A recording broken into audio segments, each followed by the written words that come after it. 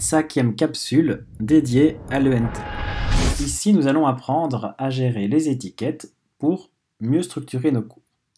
Pour ça, depuis le tableau de bord, on va comme d'habitude sur le cours que nous souhaitons travailler. Et ici, admettons que dans la section cours, très vite, je risque de me retrouver avec plein de documents. Ce que je vais pouvoir faire, c'est créer une étiquette pour structurer la section. Pour ça, tout d'abord, j'active le mode édition. C'est une habitude à prendre. On ajoute une activité ou une ressource. Et on va choisir l'étiquette. Alors ici, moi, ce que j'ai envie de faire, c'est faire une étiquette chapitre 1. Comme ça, tous les éléments en rapport avec le chapitre 1, je les mettrai sous l'étiquette 1. Et puis, je créerai une autre étiquette pour le chapitre 2. J'appuie. Et dans le contenu de l'étiquette, je vais simplement inscrire le petit label que je veux voir apparaître à l'écran. Alors, vous pouvez aussi mettre des images, de nouveau de l'audio, de la vidéo, etc.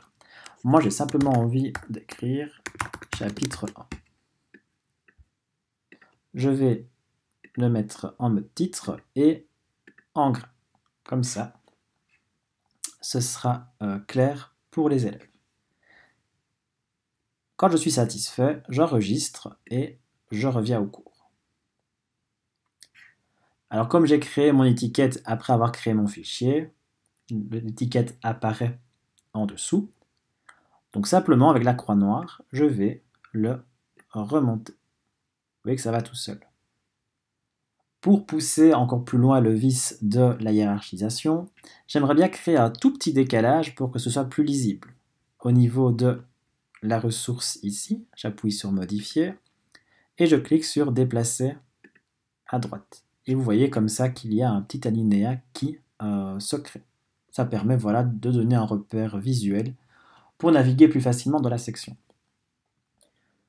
Je vais préparer l'étiquette pour mon chapitre 2. Donc rebelote, j'ajoute une activité ou une ressource. Étiquette. Chapitre 2. Je le mets en mode titre, du gras. J'enregistre et je reviens au cours. Et du coup, j'ai déjà prévu l'espace pour les éléments avec le chapitre 2. Et donc ça vous permet comme ça d'organiser une section. En gros, c'est comme si vous créiez des sous-sections.